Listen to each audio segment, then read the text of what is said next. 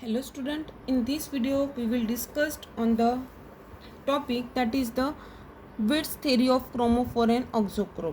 Okay, so here heading is given color and chemical constitution or the relation between of color and the chemical constitutions. So early theories जो हैं उसमें first है विट theory of chromophore and auxochrome जो 1876 में दी थी. Okay, so let's see about the Witt's theory of chromophore and the auxochrome. These theories state that all colored organic compound contain chromophoric groups which are responsible for the color. देखो wits theory जो है chromophore और oxygen auxochromes की जो 1876 में दी थी उसमें क्या कहा था कि जो कलर ऑर्गेनिक कंपाउंड रहते हैं उसमें दो ग्रुप्स रहते हैं, एक तो क्रोमोफोरिक ग्रुप रहता है और दूसरा ऑक्सोक्रोमिक ग्रुप रहता है. जो क्रोमोफोनिक ग्रुप्स रहता है वो रिस्पॉन्सिबल फॉर द कलर, वो क्या देता है, कलर देता है, उसकी वजह से कलर मिलता है. And the auxochromic groups which are intensify the action of chromophores and give dyeing properties to the colour compound. और जो ऑक्सोक्रोम ग्रुप रहता है वो क्या करता है, intensify the action of chromophores, action जो है क्रोमोफोर की उसको इंटेंसिफाई करता है and give dyeing properties to the colour compound, और कलर कंपाउंड की डाइंग प्रॉपर्टी को बढ़ाता है. ठीक है, for example chromophoric groups as chromophores, जो क्रोमोफोरिक ग्रुप्स हैं और क्रोमोफोर्स हैं वो कौन से हैं, वो देखो फर्स्ट 1 2 3 4 5 यहाँ पे दिए हैं. यहाँ पे कौन थे, nitro group, bond NO2 that is nitro group, bond N double bond O that is nitroso group, bond N double bond N bond SO group, bond C double bond O bond keto group, and this is the phenoid structure. These are comes under the chromophonic groups or the chromophores. Okay, so this chromophore groups is responsible for the color. Okay.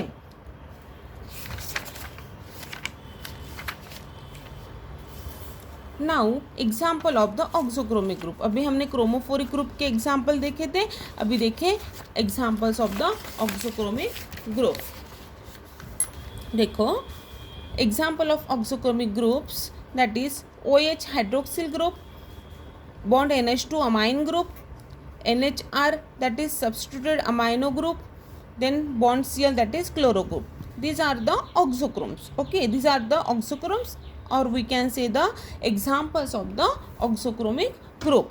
Now other examples of the auxochromes. अभी दूसरे other examples कौन से auxochromes के देखो.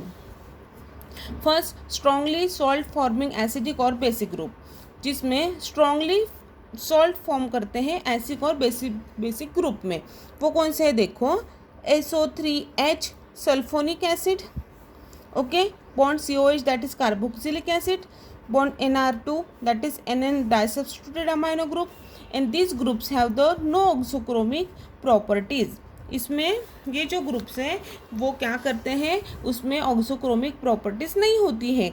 दे distinguish the colour of the chromophores, वो chromophores के जो colours है उसको क्या करते हैं, डिस्टिंग्विश करते हैं.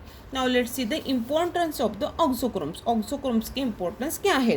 अ compound containing a chromophore may be coloured but unless the auxochrome is also present it will not function as a dye for a textile fibre.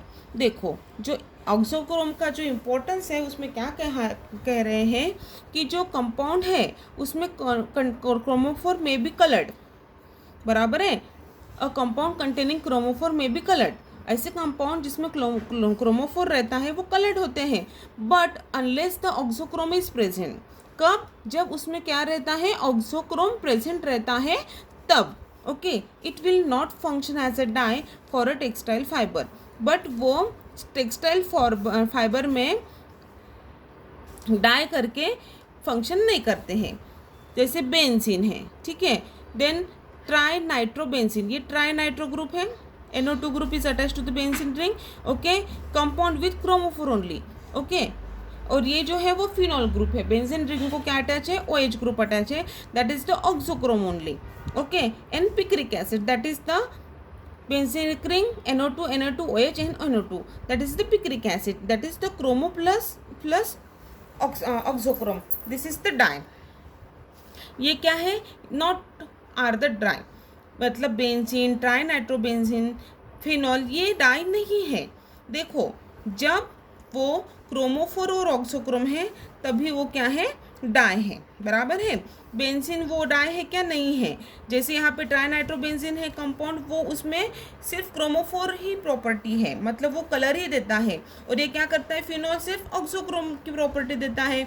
लेकिन जो पिक्रिक एसिड है उसमें क्रोमोफोर और ऑक्सोक्रोम दोनों भी है, मतलब NO2 ग्रुप भी है उसमें और OH भी ग्रुप है. OH means that is hydroxyl group, that is auxochrome, and NO2 group that is क्या है? क्रोमोफोर. देखो यहाँ पे NO2 ग्रुप क्रोमोफोर का एग्जांपल देखा था हमने.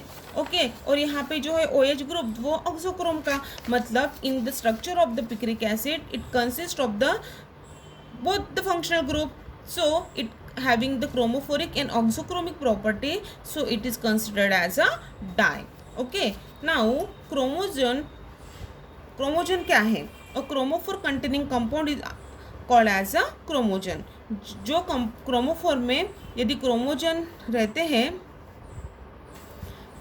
क्रोमोफोर कंटेनिंग कंपाउंड, क्रोमोफोर में जो कंपाउंड रहते हैं उसे क्रोमोजन बोलते हैं. The colour of the chromogenic depend on the factor.